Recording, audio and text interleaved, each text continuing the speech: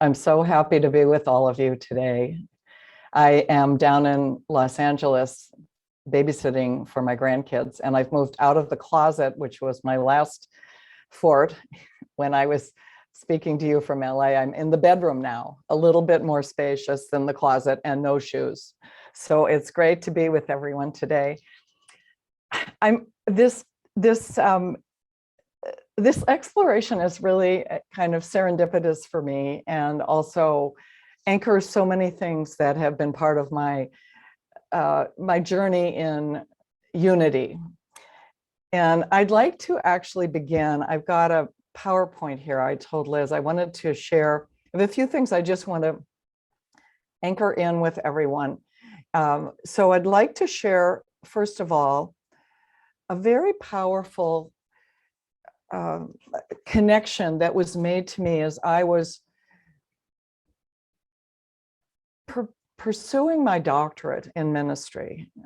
At this time, I was not yet a unity minister.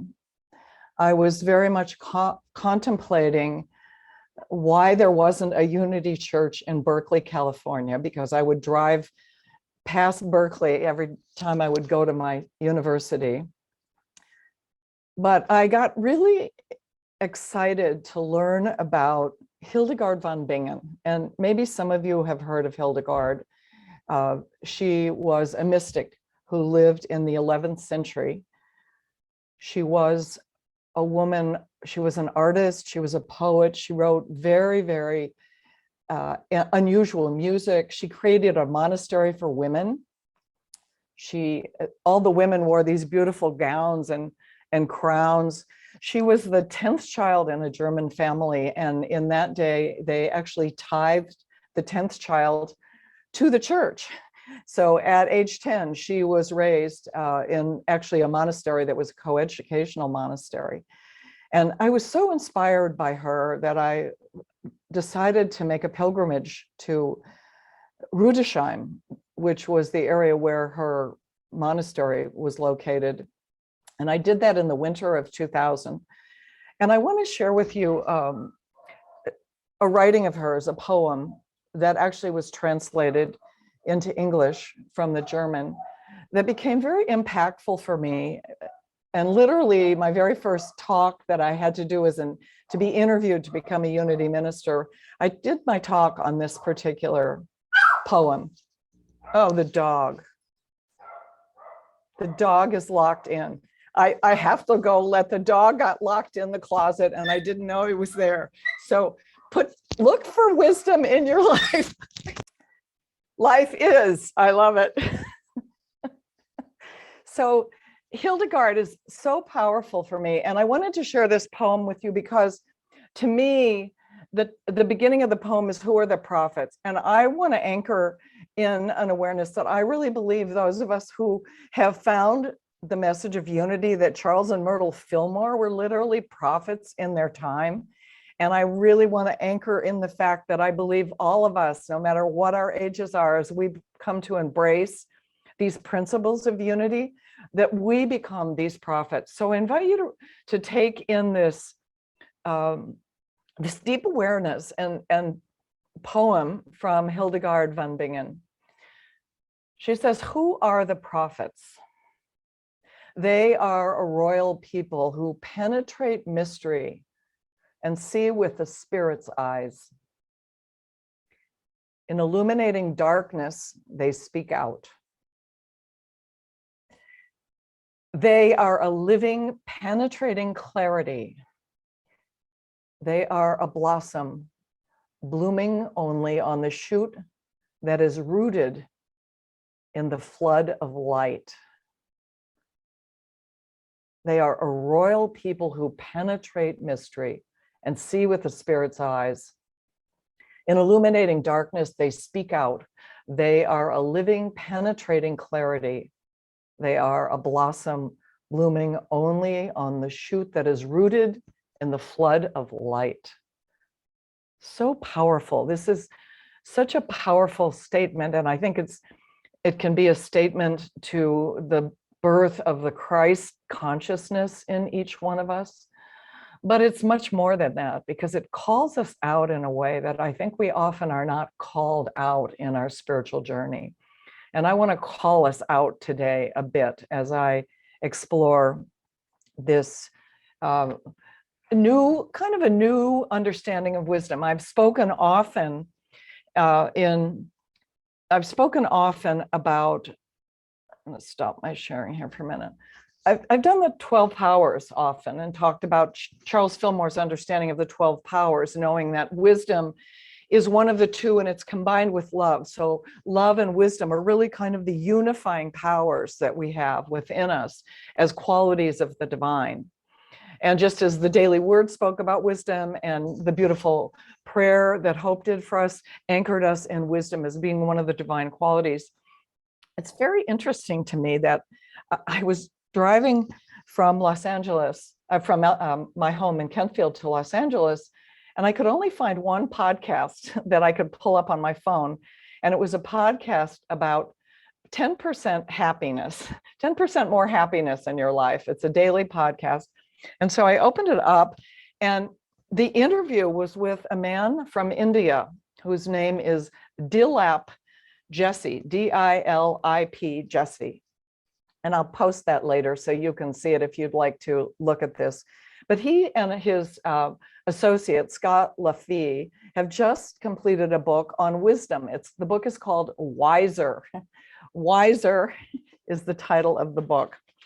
And the byline is The Scientific Roots of Wisdom, Compassion, and What Makes Us Good. And, you know, it was interesting for me in many respects to be listening to this podcast. I got very fired up about it. I was interested that this was a man who was from India and had a long tradition of being in the Hindu practice as a child. I was interested in that regard because I have such a love and a passion for that culture. And I've learned so much how those traditions that are thousands and thousands of years old, that come through the Vedas and later through the Bhagavad Gita, are teaching us the same principles that unity is teaching us. And it comes maybe through different languaging and different stories. But when I look at what unity has been gifting me and gifting all of us over the years, these are very deep and abiding principles. And it was interesting to listen to Dr. Jesse, because he's a neuropsychologist who specializes in gerontology, which means he focuses on the brain science and the issues that older people have in their lives and how it's connected into the brain. And so, you know, we hear a lot about the brain, the neuroplasticity of the brain, neuroscience. And, you know, a lot of times I'll listen to people talk about the brain and I'll go, well, we've known that for years. We're in unity. We know how that works.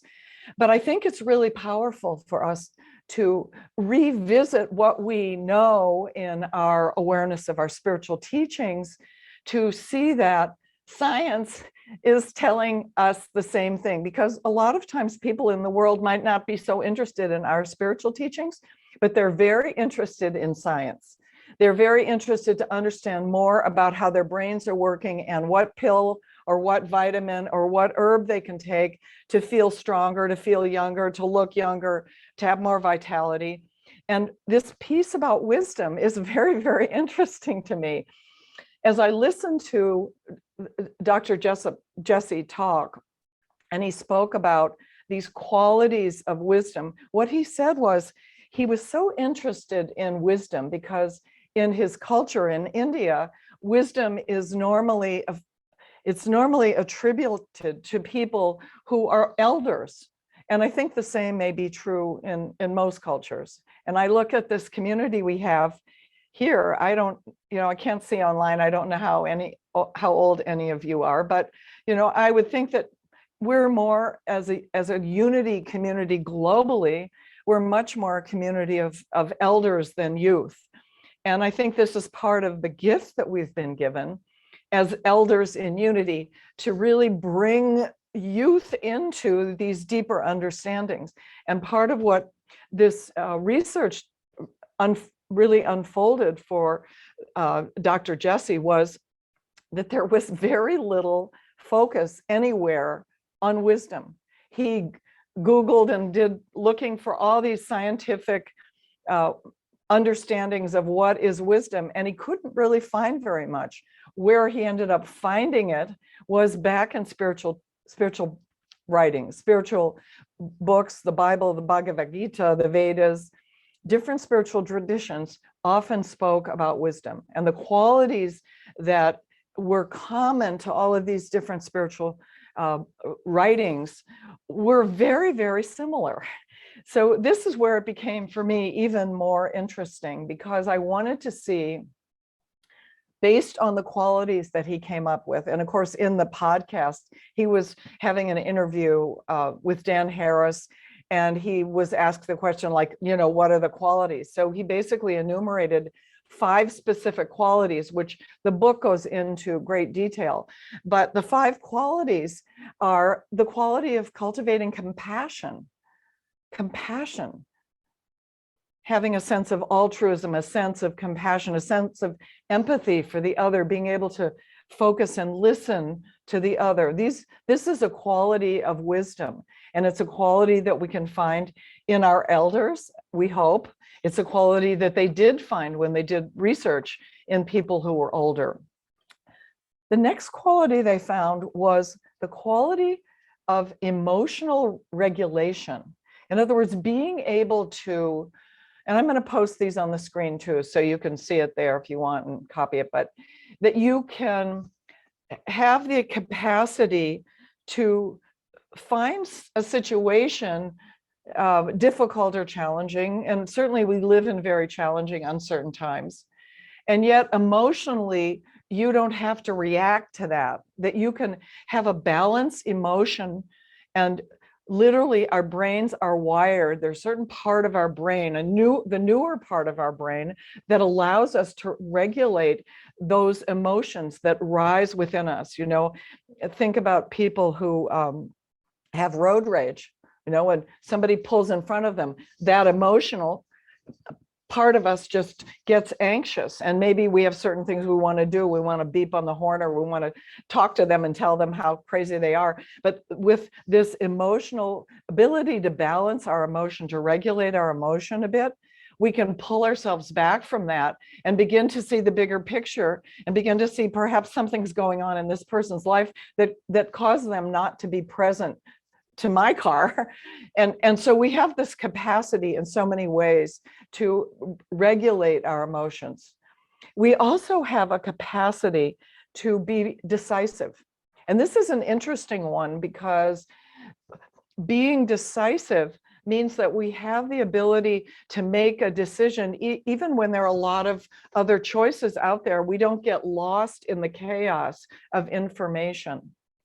There's a quality of wisdom that allows us to make right choices. And again, like Fillmore would say, it's the combination of love and wisdom. And love would be connecting into compassion, connecting into the other, and making a choice, a decision from a spaciousness of not just our own self-interest, but for the whole of all, for the greater well-being of everyone.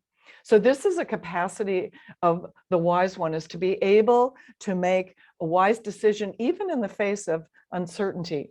And then the other thing that we can do is we can regulate ourselves. We can have curiosity, and we can have humor. We can reflect inside what's going on.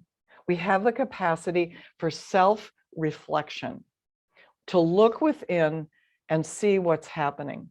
So what I was curious about, and this is where I'm going to zip back into my screen share, what I was really curious about was, how do these qualities that have been in, this is the name of the book, it's called Wiser, The Scientific Roots of Wisdom, Compassion, What Makes Us Good, by Dilap Jesse and Scott Lafee. It was published just a year ago. So he was very tuned into what was happening with COVID. Actually, he refers often to COVID in the book. But I was very interested to see, because spirituality is kind of the ground of being of one of his principles. There are 5 principles, and the 5th principle is spirituality. And he's saying that we can only have wisdom if we have a connection to our spiritual nature. And he very specifically distinguishes between religiosity, or having sort of a cut and dried dogmatic view, which religion can often be, and this more broad view of spirituality. And for me, unity epitomizes this more eclectic, more global, expansive, always changing. Remember Charles Fillmore's statement, I reserve the right to change my mind? That's one of my favorites of Charles. I will call that out on my kids sometimes. But that it's an expansion. Our understanding of spirituality and our living spirituality is constantly growing and changing. So I thought it would be interesting to actually just look and see, how do these principles that Dr. Jesse has called out as the literally brain-wired aspects of us, of each one of us, not just those of us that are elders, but everybody has the capacity to really activate and implement all 5 of these qualities. And so the first quality of compassion, I think, really involves both the first principle and the second principle that we have in unity, that there's only one presence and one power active in our life and in the universe, this principle of oneness. And then that the divine in me is also in you, that divinity within each one of us. It anchors in the whole experience that I think grows within us as we move beyond our own self-interest. You know, I'm babysitting for a 1-year-old. And a 1-year-old is not really interested in giving up anything that it has right now. If you take away the 1-year-old's toy, you're going to hear from the 1-year-old, because they're just focused on this, and this is me. It's attached to me in this moment. You know, but we kind of grow out of that. And for some of us, even in our 70s, we don't really totally grow out of it. But what begins to happen is when we begin to have this sense of compassion, not only for the other and for the world and for nature, but we grow a compassion for ourselves. And we do that partially through our ability to reflect on who we are and how we show up in the world. And as we begin to have a deeper compassion for ourselves, we come to know the other in a very unique and powerful way that allows us to listen more deeply, to be more fully present from a place of, we can call it empathy, where we can literally feel the other. But the key here is not to simply feel what the other's feeling and fall into their feelings so we end up wallowing in their suffering, but to feel them and be fully present to the expanded nature of our life, so that we use that empathy. We use that sense of altruism, that we can feel the other, in addition to all these other qualities of wisdom.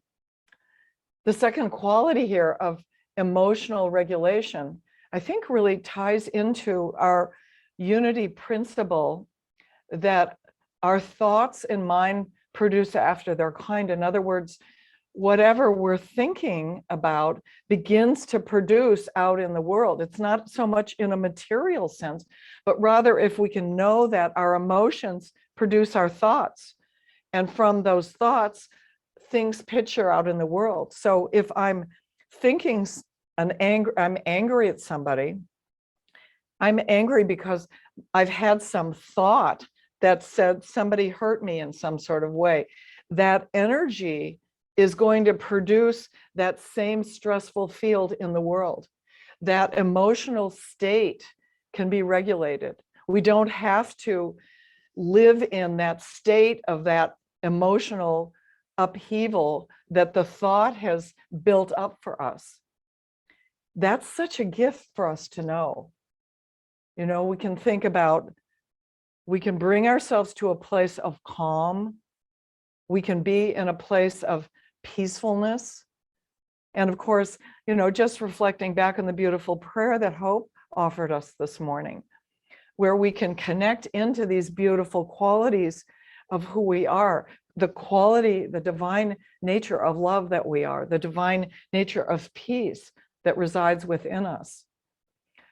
not only are these thoughts and emotions that are flooding the body, but they're coming literally from the physicality of what's going on in our brain.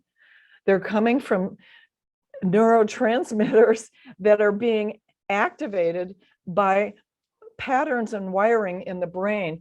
And those neurotransmitters are flooding our body with chemicals, hormones that cause us to have upset, that cause us to create a field. And we can learn, it's a learned behavior, how to regulate our emotions. It just doesn't happen for most of us. If it does for you, I just bless you. And I think you are somebody that we want to hang around all the time. But it's one of the reasons I think that we have so many of us are in unity. We've been doing this work for a while of beginning to look inside of ourselves and see what's going on, and actually beginning to calm our minds and our hearts. And I almost wish he'd flip self-regulation, because it would help me in my movement of the unity principles, because it's that that opportunity that we have to use fourth principle of meditation and prayer that actually allows us to move into what he calls decisiveness, where we can actually take action. We can use right action in terms of the words we speak to be present to another person, or right action to take action in the world. But it's from this capacity that we have, what he calls self-reflection, where we can learn to move inwardly. We can find out what's really going on inside, and we can calm our minds. We can connect out into the larger field of the divine presence. We can ask for guidance. We can know that that connection is there.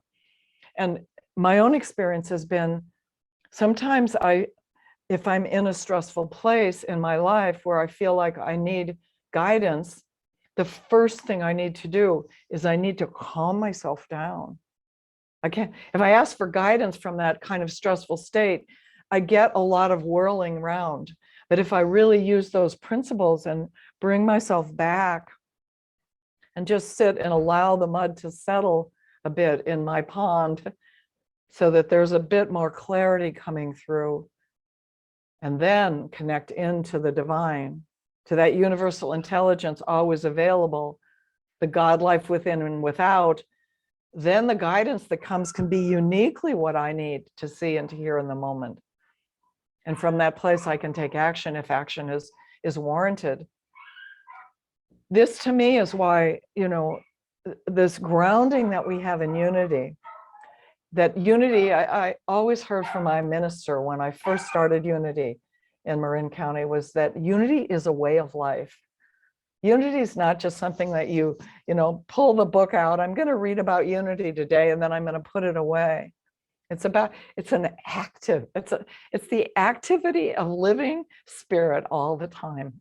Such a power.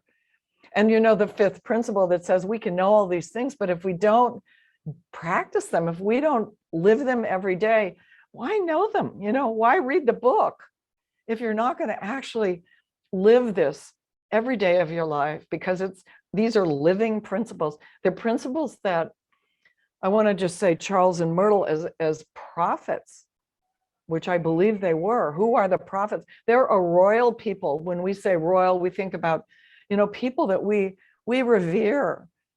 We celebrate their life because they brought something powerful to us. And there's wealth of wisdom in what they've gifted us with.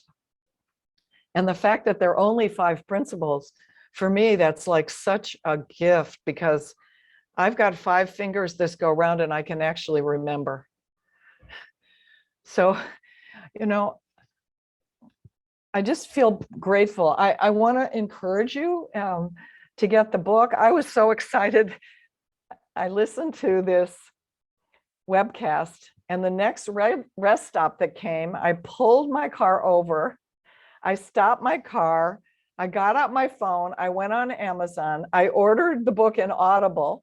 so I could listen to it for the rest of my 3 hours. I bought the book and I had it shipped overnight to my kid's house because I thought this is important stuff, because what he's saying, and there's a lot of brain science in here, I'm not going to go into it, but the thing that was so interesting for me was the brain science is, there's the book.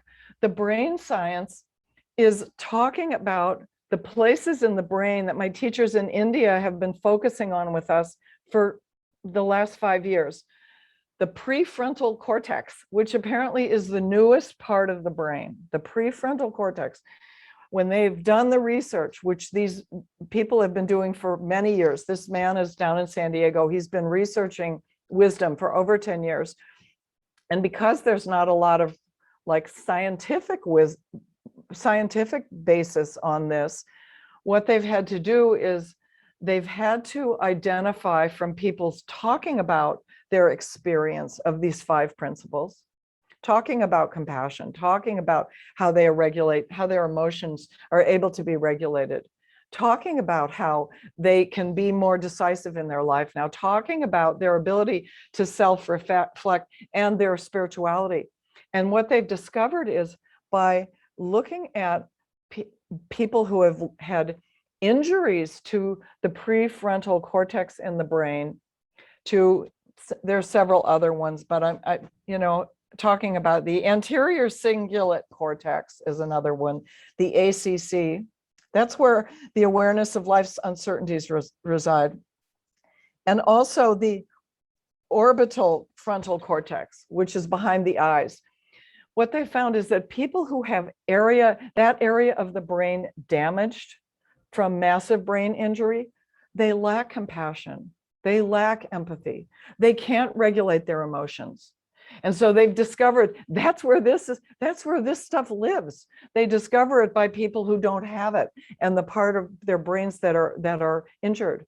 And what they've learned is that these are things that can be cultivated in people of any age. We don't have to be old to be wise. And that's pretty exciting. And I think it's exciting for me to know that as Unitics and Unity students, that we can support so many others in the world with what we've been given as incredible gifts. Hopefully when Unity of Santa Rosa is back to being in person, you can invite younger people in to learn about these gifts, because youth are ready. They're ready right now. They understand that we're living in one world. They understand what's happening with our environment. They want to be part of the solution. And Unity has a very, very powerful, incredibly deep and wise, loving solution for all of us. So let's just take a moment now.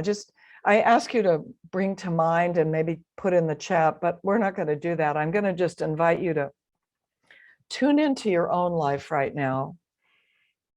Close your eyes and take a moment to bring your attention to your heart.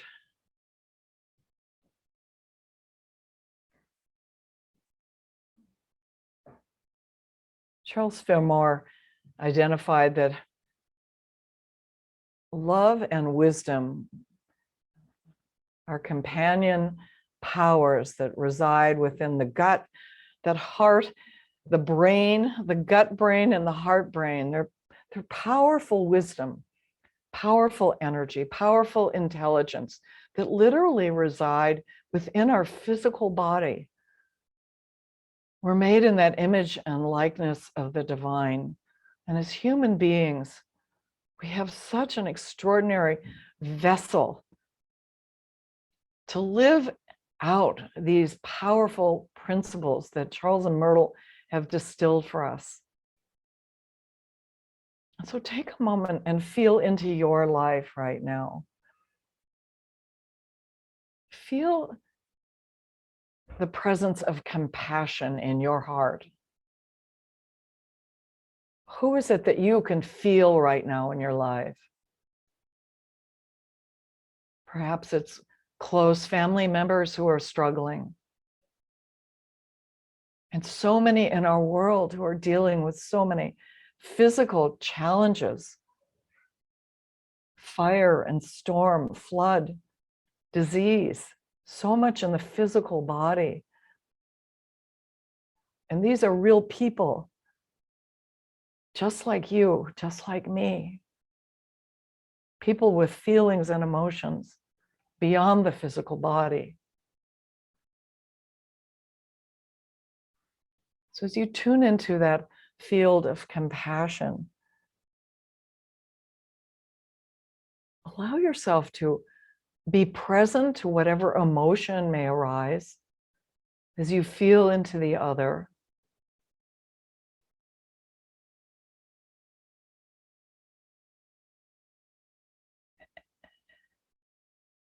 And allow yourself to still your heart and your mind for a moment. That even in the midst of great uncertainty, of chaos and pain and suffering in our world, each one of us, one by one, are able to still our minds and hearts to the presence, to the calm peace,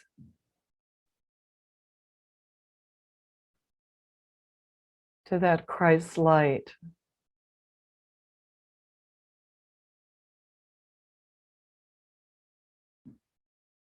And as Sister Hildegard says, we can be that blossom that is blooming,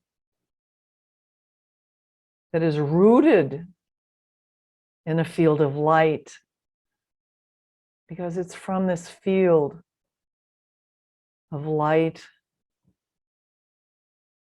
of divine grace, of peace, of joy, of love, that we're able to make right choices, take decisive, not divisive, decisive action. In the midst of division, we are able to choose the right word to say. In the midst of pain and suffering, we're able to know what to do, what's ours to do.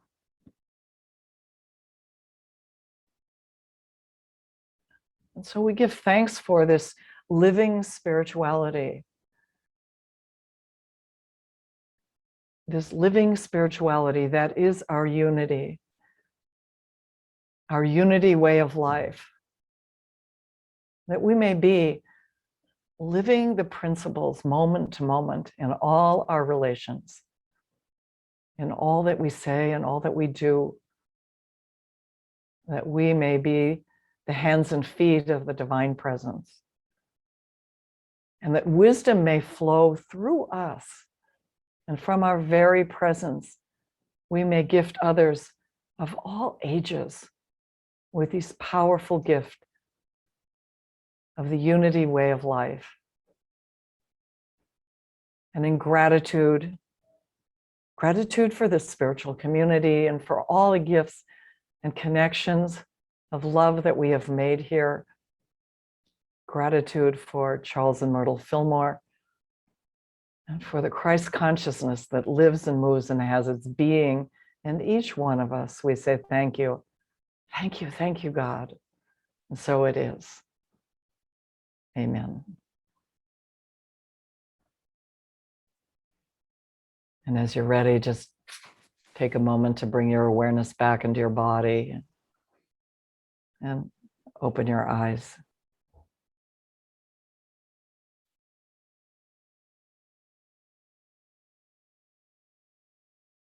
And so we offer our hearts and minds, and we feel the blessing of being a child of the universe, ageless and filled with the wisdom and love of the Creator. Thank you, God. May we all be blessed and be a blessing.